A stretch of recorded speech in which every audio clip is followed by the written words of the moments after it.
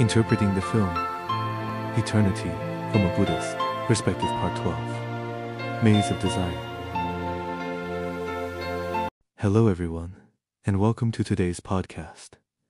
We're continuing our discussion of the classic film The Eternal, a movie with many details and relationships that are well worth exploring. Today, we'll delve into a few particularly thought-provoking scenes. Let's start with a scene from the beginning of the movie.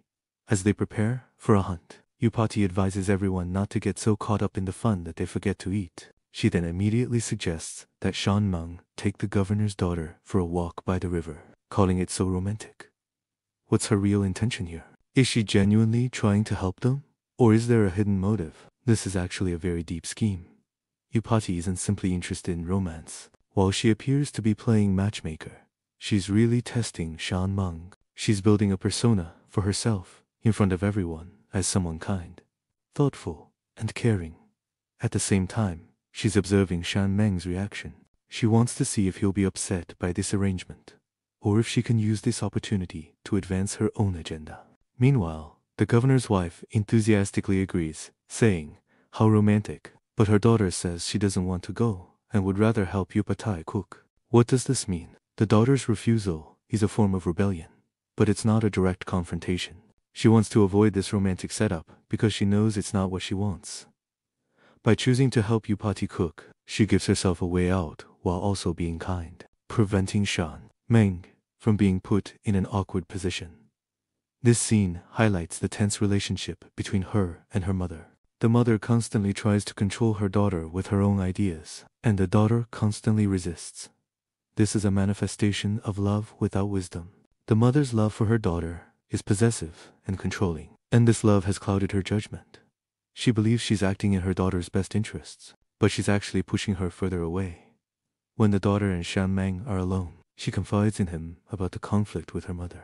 She says her mother forces her to speak English to make her seem special and high status, but she finds it tiresome. She even tells Shan Meng she has a boyfriend and wants to run away to England, a subtle way of rejecting him. When Shan Meng hears her plan, he praises her for having a good idea. Does he really agree with her running away from home? His praise isn't for her plan to run away, but for her having her own thoughts and choices. Shan Meng likely also hopes she'll leave, so he can escape this unwanted marriage. The daughter says that people should choose the life they want, regardless of what others think is right or wrong. Our teacher points out that this is a very important and correct statement. Why?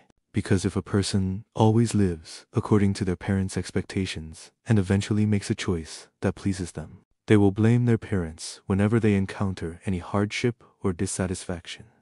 This blame can poison their relationship, creating negative karma. Conversely, if she chooses her own path, even if it's the wrong one, she can only blame herself. In the end, she will be more grateful to her parents, understanding that their love was genuine, even if she didn't listen to them at the time. Our teacher also uses this opportunity to reveal a core issue with modern marriage. Many people get married not to give, but to seek security.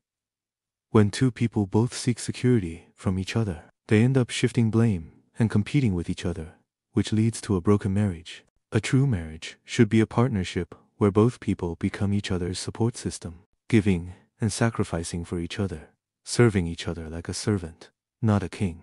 There's another scene in the movie where in order to avoid going to Bangkok with the master, bribes the doctor to lie that she's pregnant. The master, upon hearing the news, says this is what I've needed most in my life, and allows her to stay home to rest. Did the master really believe her? And what path does Upati's actions lead her down? The master was, of course, not fooled. If he were so easily deceived, he wouldn't be so successful in business. His words, "This is what I've needed most in my life," were a test and a warning. He was giving Upati a chance to back down, but she chose to double down. She not only lied about being pregnant, but also promised to take good care of our child. It's as if she tied a rope around her own neck and tightened it.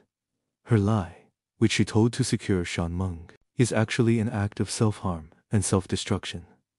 The lie is about a direct heir to the family. If her lie is exposed, she won't just face a simple scolding, she face complete ruin. A smart person who is blinded by desire will get lost in the maze and make the most dangerous choices. She thought she was the one pulling the strings and everyone else was in her trap.